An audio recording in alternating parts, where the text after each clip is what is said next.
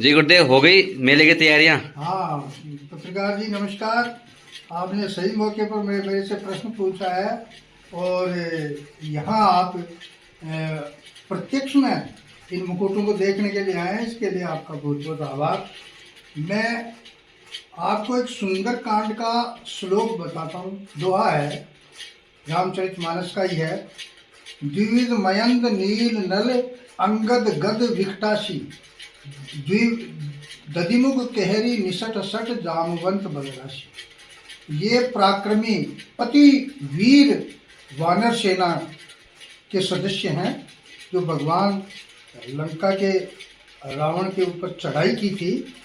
तो वही मुखोटे जब पापी रावण को मार करके अत्याचार को नष्ट करने के लिए, सत्य को स्थापित करने के लिए उन्होंने उसको वध किया, तो उसके खुशी में जश्न मनाया जाता है। हमारे यहाँ नरसिंह लीला का नाम है, क्योंकि अंतिम जो इस लीला का प्रोग्राम नरसिंह जी के ऊपर है, इसलिए उसका नाम तो नरसिंह लीला रखा है।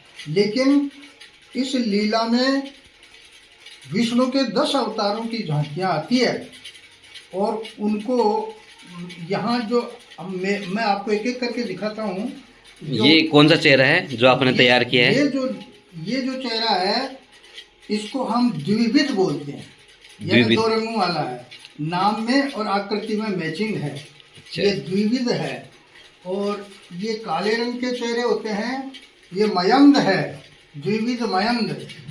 और नील नल नीले रंग के होते हैं दोनों, वो भाई हैं जिनके हाथ से पत्थर गिरे थे और राम सेतु का निर्माण किया था।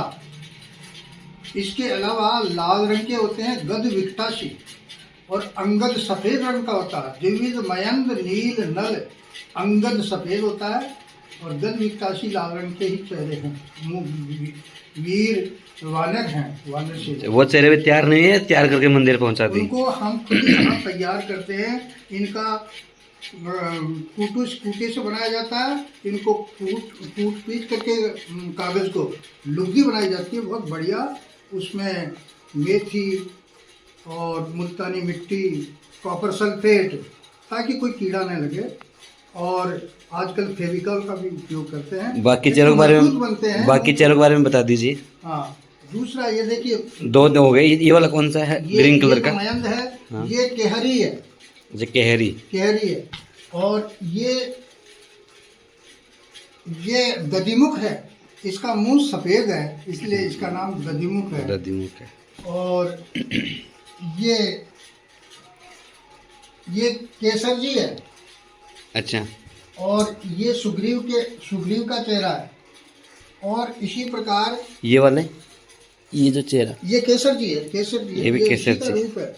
अच्छा, तो ये जो इनके चारों तरफ ये जो लगाया हुआ है, ये फूलनुमा, हाँ, ये क्या है? मतलब ये डिजाइन, ये केवल डिजाइन है या कोई?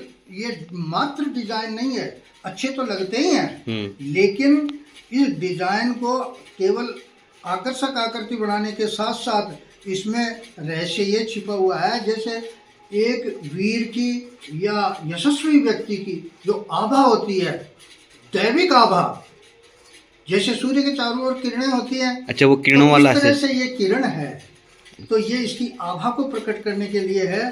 दैविक महत्व की बात है ये। तो हमारे यहाँ ये मुखौटे इस प्रकार के हर रंग के 2 हैं। और रात्रि भर ये डांस करते हैं। इनके बीच बीच में झांकियाँ अलग आती है।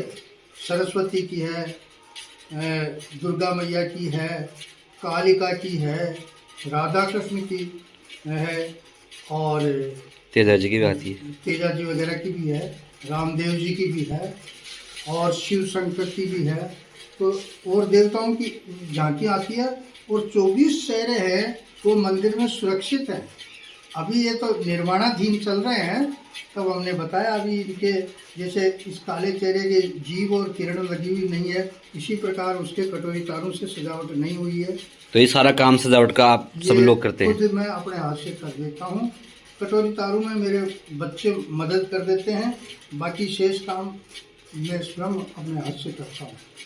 जी, बहुत बहुत धन्यवाद इस जानकारी के लिए। हम आगे फिर मिलते रहेंगे और लोगों को जानकारी देते रहेंगे।